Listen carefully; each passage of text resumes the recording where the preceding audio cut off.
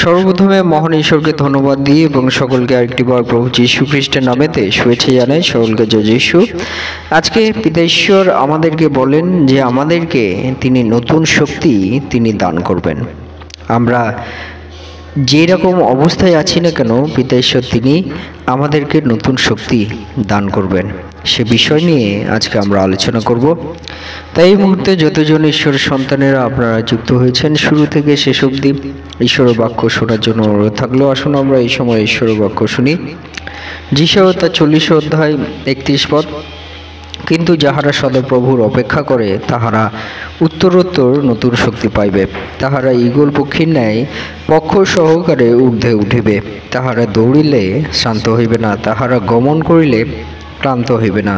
ঈশ্বর তার বাক্যে আমাদের প্রত্যেককে আশীর্বাদযুক্ত করুন, আমেন। হে আমাদের স্বর্গের পিতা, সর্বশক্তিমান ঈশ্বর, তোমার মহানামে ধন্যবাদ করি, গৌরব দিই এবং প্রশংসা দিই। প্রভু গো, আজকে আবার এই সুন্দর সময় এবং সুন্দর মুহূর্ত দিয়েছো, আর এই সময় তোমার চরণতলে আমাদের জীবনকে সমর্পিত করি পিতা।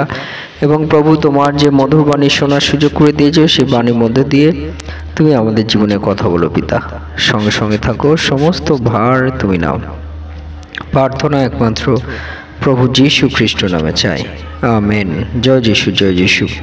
আজকে আমরা দেখি আমাদের পিতা ঈশ্বর তিনি যেটা বলেন, যারা সদাপ্রভুর অপেক্ষা করে, অর্থাৎ যারা সদাপ্রভুর সঙ্গে সম্পর্কযুক্ত হতে চায়, যারা সদাপ্রভুকে তাদের জীবনে চায়, যারা সদাপ্রভুর জন্য আশা আকাঙ্ক্ষা করে, যে সদাপ্রভু তার জন্য আকাঙ্ক্ষিত, তার জন্য তৃষ্ণার্ত, তার জন্য অপেক্ষামান যেসব সন্তানেরা, সকল সন্তানদেরকে পিতা ঈশ্বর তিনি বলেন যারা সদাপ্রভুর সঙ্গে সম্পর্কযুক্ত হয় তাহারা উত্তরোত্তর নতুন শক্তি পাইবে, তাহারা উত্তরোত্তর নতুন শক্তি পাইবে। অর্থাৎ পিতা ঈশ্বর তাদেরকে নতুনভাবে শক্তি দান করবেন। যারা সদাপ্রভুর সঙ্গে আছেন তারা যদি দুর্বল হয়, পিতা ঈশ্বর তাদেরকে বলছেন যে তাদেরকে নতুন শক্তি দান করবেন। এবং সেই সদাপ্রভু তিনি বলেন যারা সদাপ্রভুর সঙ্গে সম্পর্কযুক্ত হয় তাদের ঈগল পক্ষীর ন্যায় পক্ষ সহকারে ঊর্ধ্বে উঠিবে। অর্থাৎ ঈগল পক্ষী সে কী কার্য করে? সে সব থেকে উপরে ওঠে, সব থেকে উচ্চে সে পৌঁছায়। আর তার জন্য কি দরকার থাকে? শক্তি এবং সামর্থ্যের। পিতা ঈশ্বর সেই নতুন শক্তি দান করবেন যাতে পক্ষ সহকারে ঊর্ধ্বে উঠতে পারি। অর্থাৎ সেই ক্ষমতা, সেই যোগ্যতা, সেই পাওয়ার পিতা ঈশ্বর তিনি আমাদেরকে দেবেন। পিতা ঈশ্বর তিনি আমাদেরকে সে বিষয় বলেন। তাই পিতা ঈশ্বর তিনি আমাদেরকে বলছেন যে তিনি ঈগল পক্ষীর ন্যায় আমাদেরকে করবেন। যেমন ঈগল পক্ষীর সব থেকে ঊর্ধ্বে উঠে পিতা ঈশ্বর তিনি আমাদেরকে ঊর্ধ্বে উঠাবেন, আমাদেরকে উচ্চে তিনি তুলবেন। হালেলুয়া। তাই আমাদেরকে কি করতে হবে? পিতা ঈশ্বরে যদি আমরা নত থাকি, পিতা ঈশ্বর তিনি আমাদেরকে উন্নত করবেন। হালেলুয়া। এটি একটি খুবই আশীর্বাদের বিষয় পিতা ঈশ্বর তিনি আমাদেরকে বলেন। এবং আজকে বাক্য থেকে আরেকটি বিষয় আমরা দেখি, বলছে তাহারা দৌড়িলে শ্রান্ত হইবে না। অর্থাৎ আমরা যদি দৌড়াই, আমরা যদি কার্য করি, তখন আমরা কি হই? আমরা ক্লান্ত হয়ে যাই, আমরা দুর্বল হই। পিতা ঈশ্বর বলছে যারা সদাপ্রভুতে থাকে, যারা সদাপ্রভুকে ডাকে, তারা পরিশ্রম করলেও তারা ক্লান্ত হইবে না। কার্য তাদের দরকার আছে, কার্য সকলের দরকার আছে। পিতা ঈশ্বর বলছে যে পিপিলিকাকে দেখো, হে অলস পিপিলিকাকে দেখো। অর্থাৎ পিপিলিকা কেমন পরিশ্রম করে, পিতা ঈশ্বর তা থেকে আমাদেরকে শিক্ষা নিতে বলেন। অর্থাৎ পিতা ঈশ্বর চান যেন আমরা পরিশ্রম অবশ্যই করি।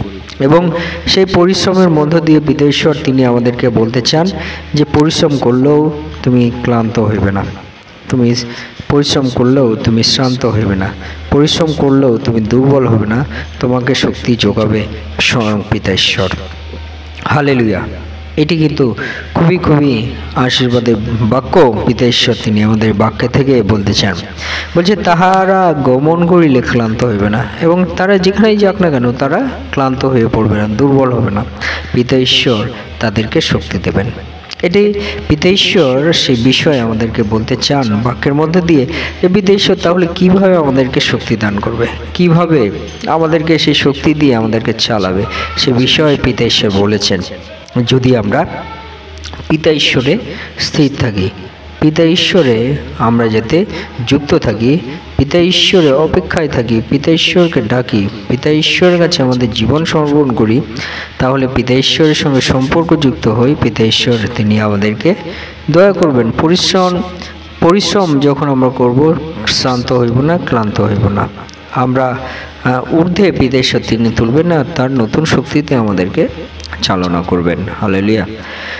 এই জন্য আমরা দেখি যাত্রা পুস্তক 19 অধ্যায় 4 পদে পিতা ঈশ্বর বলেন, আমি মিশ্রীয়দের প্রতি যাহা করিয়াছি এবং যেমন ঈগল পক্ষী দ্বারা তেমনি তোমাদেরকে বহিয়া আপনার নিকটে আনিয়াছি, তাহা তোমরা দেখিয়াছ। আমেন। হালেলুয়া। অর্থাৎ পিতা ঈশ্বর তিনি আমাদের নতুন শক্তি দেবেন, এবং সেই শক্তি দেওয়ার মধ্যে দিয়ে পিতা ঈশ্বর বলছেন যে ঈগল পক্ষীটাই তোমাদেরকে আমি আমার কাছে নিয়ে আসিয়াছি। যারা প্রভুকে জানতে পেরেছেন, যারা প্রভুকে চিনতে পেরেছেন, যারা প্রভুর কাছে প্রার্থনা করছেন, সকলকেই পিতা ঈশ্বর বলছেন যে পিতা ঈশ্বর কিন্তু ঈগল পক্ষী নয়, তোমাদেরকে বহন করে নিয়ে এসেছে। বহন করে পিতা ঈশ্বরের কাছে নিয়ে আসা। হালেলুয়া। এটি কিন্তু খুবই আশীর্বাদের বিষয় যে পিতা ঈশ্বরকে আজকে আমরা জেনেছি আমাদের নিজের যোগ্যতায় বা নিজের ইচ্ছাতে নয়, কিন্তু পিতা ঈশ্বর তিনি আমাদেরকে বহন করেছেন, তিনি আমাদেরকে আকর্ষণ করেছেন। সেই জন্য স্বয়ং প্রভু যীশু তিনি বলেছেন যে তোমরা কিন্তু নিজেরা এসেছো আমার কাছে তা নয়, কিন্তু পিতা ঈশ্বর তোমাদেরকে আকর্ষণ করেছেন বলেই তোমরা আমার কাছে আসতে পেরেছো। হালেলুয়া। তাই পিতা ঈশ্বর কিন্তু আমাদেরকে প্রেম করেন। তা থেকে আমরা বুঝতে পারি তিনি আমাদের জন্য বহন করেছেন, আমাদের জন্য তিনি পরিশ্রম করেছেন, আমাদেরকে তার চরণতলে আসার সুযোগ দিয়েছেন। হালেলুয়া। গালাতীয় 6 অধ্যায় 9 পদে বলে, আড়াইশো আমরা সৎকর্ম করিতে করিতে নিরুৎসাহ না হয়, কেননা ক্লান্ত না হইলে যথাসময়ে শস্য পাইব। আমেন। এই জন্য আমরা মনে রাখি, যারা আমরা সৎকর্ম করতে চাই, সেই সৎকর্ম করাতে আমরা যেন নিরুৎসাহ না হয়, কারণ পিতা ঈশ্বর চান যেন আমরা সৎকর্ম করি, এবং বলছে ক্লান্ত যেন আমরা না হই, তাহলে যথাসময়ে আমরা শস্য পাবো, অর্থাৎ ফল আমরা পাবো, সেটি পিতা ঈশ্বর তিনি দেবেন। এবং প্রকাশিত বাক্য 2 অধ্যায় 3 পদে বলে, তোমার ধৈর্য আছে, আর তুমি আমার নামের জন্য ভার বহন করিয়েছ, ক্লান্ত হও নাই। আমেন। আর এই ধৈর্য যদি আমরা রাখি, প্রভুর নামের জন্য যদি আমরা ভার বহন করি, আমরা ক্লান্ত না হই, পিতা ঈশ্বর তিনি আমাদেরকে ফল দান করবেন। হালেলুয়া। সে বিষয়ে আমরা মনে রাখি। ঈশ্বর তার বাক্যে আমাদের প্রত্যেককে আশীর্বাদ যুক্ত করুন। আমেন। জয় যিশু, জয় যিশু। আসুন আমরা প্রভুর প্রার্থনা করি। হে আমাদের স্বর্গস্থ পিতা, তোমার নাম পবিত্র বলিয়া মান্য হোক, তোমার রাজ্য আসুক, তোমার ইচ্ছা যেমন স্বর্গে তেমন এই পৃথিবীতেও সিদ্ধ হোক। আজ আমাদের প্রয়োজনীয় খাদ্য আজ আমাদেরকে দাও, আর আমাদের অপরাধ সকল ক্ষমা করো, যেমন আমরা আপন অপরাধীকে ক্ষমা করিয়াছি। আর আমাদের পরীক্ষাতে আনিও না, কিন্তু মন্দ হইতে রক্ষা করো, কারণ রাজ্য, পরাক্রম ও মহিমা যুগে যুগে তোমারই হোক। আমেন।